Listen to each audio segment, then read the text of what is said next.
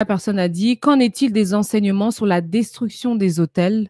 Un chrétien est-il permis de prier sur cette direction où on dit aujourd'hui, nous allons renverser les autels comme Gédéon a renversé les autels de son père. Toi aussi, aujourd'hui, tu dois renverser les autels démoniaques ou des liens de famille de ceux qui étaient avant toi.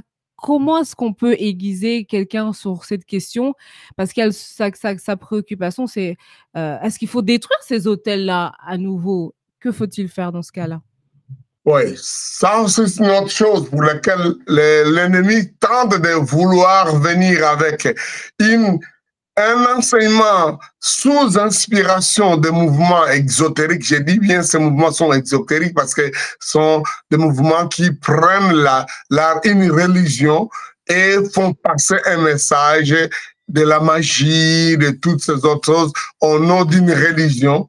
Ils peuvent utiliser l'incancar, ils peuvent utiliser la rose-croix, ils peuvent utiliser le christianisme, ils peuvent utiliser donc une religion à part, mais ils font passer un message occulte. C'est pourquoi on les appelle ésotériques. Donc, et pour ça, ils vont se conformer. Ils vont, en fait, pas se conformer, mais ils vont se colorer leur enseignement avec la religion qu'ils utilisent pour faire passer les messages. Donc, ici, c'est la même chose. Il est clair que les croyants de l'Ancien comme dans le Nouveau Testament, notre message est un message de destruction de ce qui a été battu par les occultistes, les forces du mal, les ignorants, qui construisaient effectivement les autels pour les sacrifier, aux idoles. Ce qui fait que quand nous enseignons, en réalité, quand nous vivons comme chrétiens, nous avons l'autorité de destruction des forces du mal.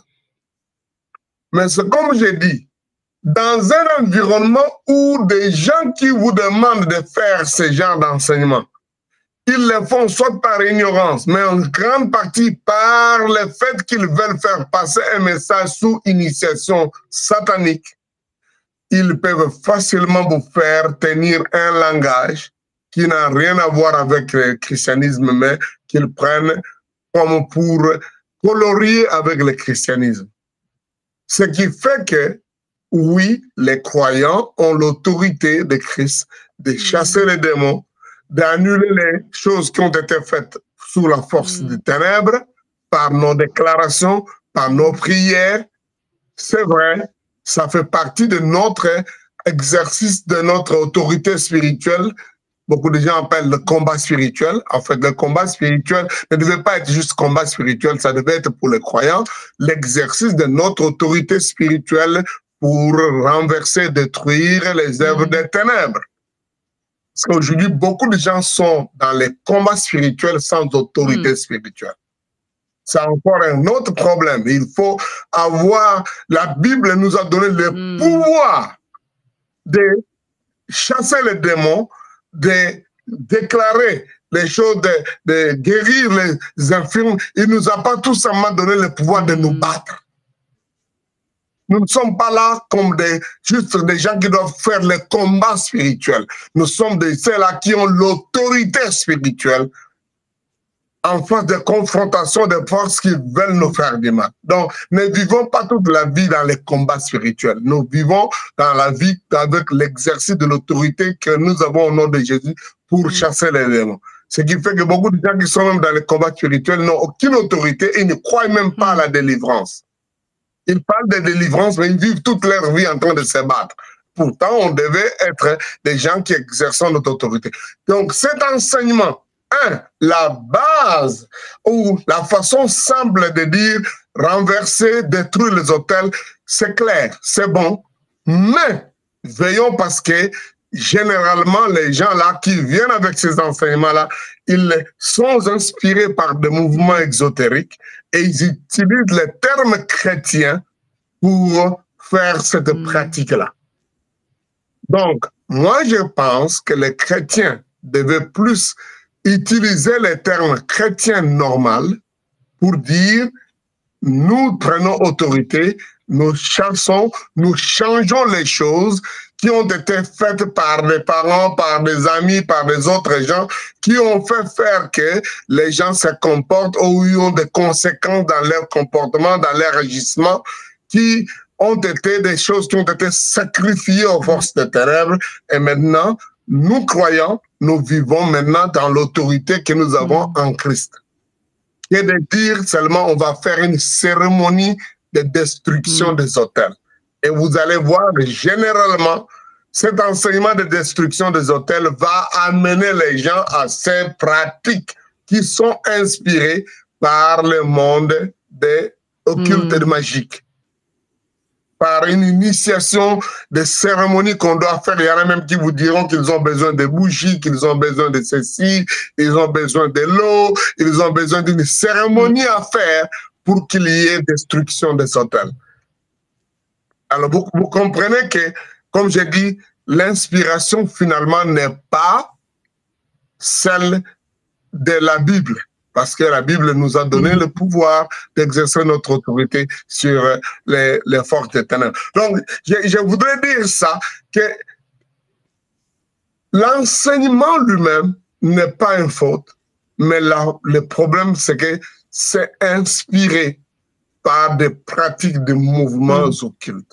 Parce que dans les mouvements occultes, ils font effectivement les destructions des autels.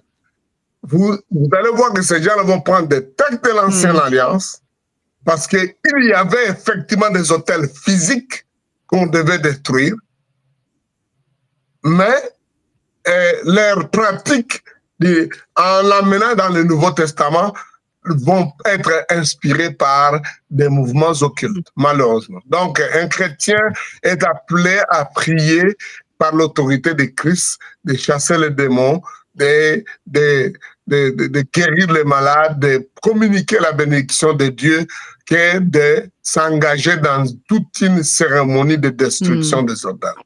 Le Nouveau Testament ne donne pas ces choses-là. Il est vrai que dans l'Ancien Testament, on a vu malheureusement, et ça c'est important, que je signale ça, je sais que ça prend un peu de temps. Dans l'Ancien Testament, on voit par exemple à l'époque des Osias, il s'est vu obligé de faire même toutes des cérémonies de destruction des autels, qui étaient même mis dans les temples de Salomon. Il y avait même maintenant des autels dédiés à Baal, à Astarté, à la prostitution, à Moloch, parce qu'il y avait des autels en dehors de l'autel qui était dédié au Dieu Jéhovah, le Dieu. Il y avait même dans le temple des autels. Ce qui fait que nous devons être très prudents. Quand nous voyons l'exemple de ce que Josias a fait, il l'a fait parce qu'effectivement, le peuple de Dieu a fait venir, a fait entrer dans la maison de Dieu tous ces autels, et il y a eu destruction des autels. Au point où même d'autres hôtels sont restés en un endroit, à Bethel, à ceci, qui étaient des hôtels totalement construits par des gens qui n'avaient rien à voir avec les dieux révélés. Donc, c'est assez important. Veillons sur ça. Le monde exotérique a pris une allure terrible de faire entrer les langages purement occultes dans l'Église.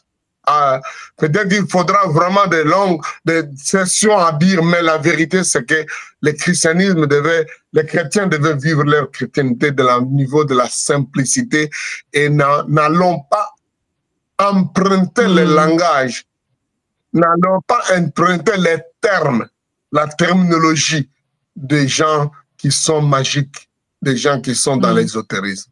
Veillons sur ça. En tout cas, merci. Mais ce n'est pas juste des mots à la légère. Il y a derrière ça toutes les pratiques qu'ils font qui ne sont pas chrétiennes.